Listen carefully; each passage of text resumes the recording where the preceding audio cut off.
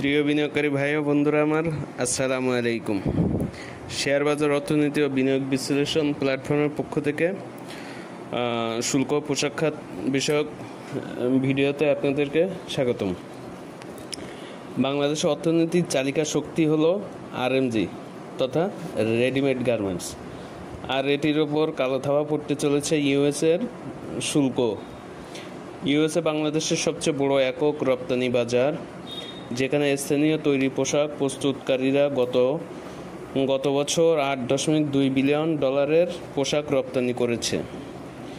ব্যবসায়ীরা বলেছেন, যদি 35% শুল্ক বহাল থাকে তবে তৈরি পোশাক খাত সমস্যায় পড়তে পারে। বিজিএমই এর তথ্য অনুসারে দেশের 1322টি পোশাক কারখানা সরাসরি ইউএসএতে পোশাক রপ্তানির সঙ্গে জড়িত। বাণিজ্য মন্ত্রণালয়ে 20 জুলাই অনুষ্ঠিত এক আন্তঃমন্ত্রণালয় বৈঠকে সিদ্ধান্ত হয় যে ইউএসএ প্রশাসনের কাছ থেকে কম শুল্ক সুবিধা পেতে বাংলাদেশ আমদানি করা ইউএসএ পণ্যের উপর শুল্ক কমাবে। বাংলাদেশের পোশাক খাতের অন্যতম প্রতিদ্বন্দ্বী দেশগুলো হলো ভারত, চীন, ভিয়েতনাম, ইন্দোনেশিয়া, ফিলিপাইন অন্যতম। এর মধ্যে ভিয়েতনামের ওপর 20% এবং ফিলিপাইনের ওপর 19%, ইন্দোনেশিয়ার উপরও 19% শুল্ক আরোপ করা হয়েছে, যেটা বাংলাদেশের থেকে অনেক কম।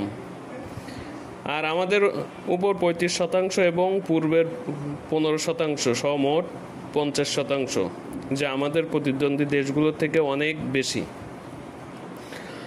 আর এটি আরএমজি সেক্টরে আমাদের প্রতিদ্বন্দ্বিতাকে আরও কঠিন করে তুলেছে। আর 35% এটা যদি পুরোপুরি কার্যকর হয়ে যায় তাহলে তো আসলে আমাদের আরএমজি সেক্টরের জন্য আসন্ন সংকেত।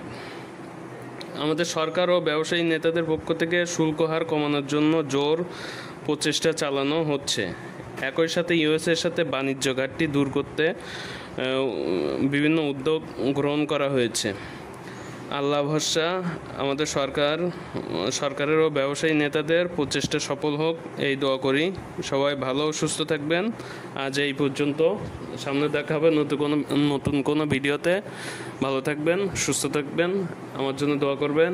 আর আমার ভিডিওতে কোনো অসঙ্গতি হলে ক্ষমা সুন্দর দৃষ্টিতে দেখবেন। ধন্যবাদ। আসসালামু আলাইকুম।